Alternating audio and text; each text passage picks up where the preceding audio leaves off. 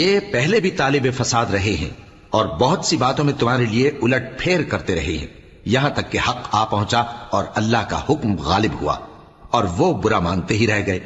اور ان میں کوئی ایسا بھی ہے جو کہتا ہے کہ مجھے تو اجازت ہی دیجئے اور آفت میں نہ ڈالیے۔ دیکھو یہ آفت میں پڑ گئے ہیں اور دوزخ سب کافروں کو گھیرے ہوئے ہے۔ اے پیغمبر، اگر تم کو آسائش حاصل ہوتی ہے تو ان کو بری لگتی ہے، اور اگر تم پر کوئی مشکل آ پڑتی ہے تو کہتے ہیں کہ ہم نے اپنا کام پہلے ہی درست کر لیا تھا، اور خوشیاں مناتے لوٹ جاتے ہیں۔ کہہ دو کہ ہم کو کوئی مصیبت نہیں پہنچ سکتی بجز اس کے جو اللہ نے ہمارے لیے لکھ دی ہو،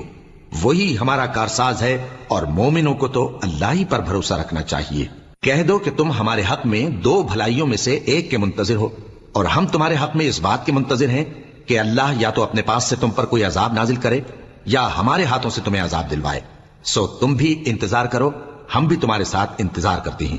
کہہ دو کہ تم مال خوشی سے خرچ کرو یا ناخوشی سے، تم سے ہرگز قبول نہیں کیا جائے گا، تم نافرمان لوگ ہو،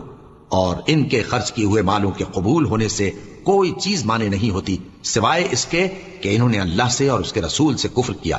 اور نماز کو آتے ہیں تو سست و کاہل ہو کر، اور خرچ کرتے ہیں تو ناخوشی سے۔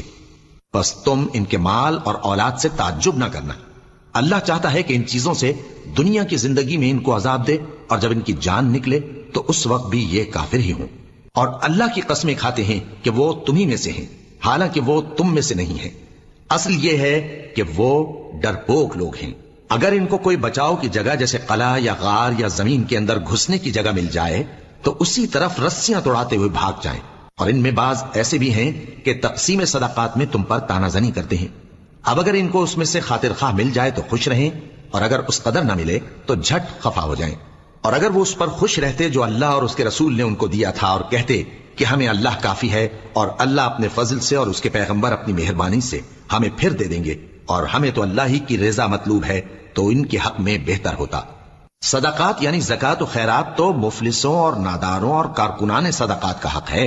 اور ان لوگوں کا جن کے دل جیتنا منظور ہے، اور غلاموں کے آزاد کرانے میں، اور قرض داروں کے قرض ادا کرنے میں، اور اللہ کی راہ میں، اور مسافروں کی مدد میں بھی یہ مال خرچ کرنا چاہیے۔ یہ مصارف اللہ کی طرف سے مقرر کر دیے گئے ہیں، اور اللہ جاننے والا ہے، حکمت والا ہے۔ اور ان میں بعض ایسے ہیں جو پیغمبر کو ایذا دیتے ہیں اور کہتے ہیں کہ یہ شخص نرا کان ہے۔ ان سے کہہ دو کہ وہ کان ہے تو تمہاری بھلائی کے لیے، وہ اللہ کا اور مومنوں کی بات کا یقین رکھتا ہے، اور جو لوگ تم میں ایمان لائے ہیں ان کے لیے رحمت ہے،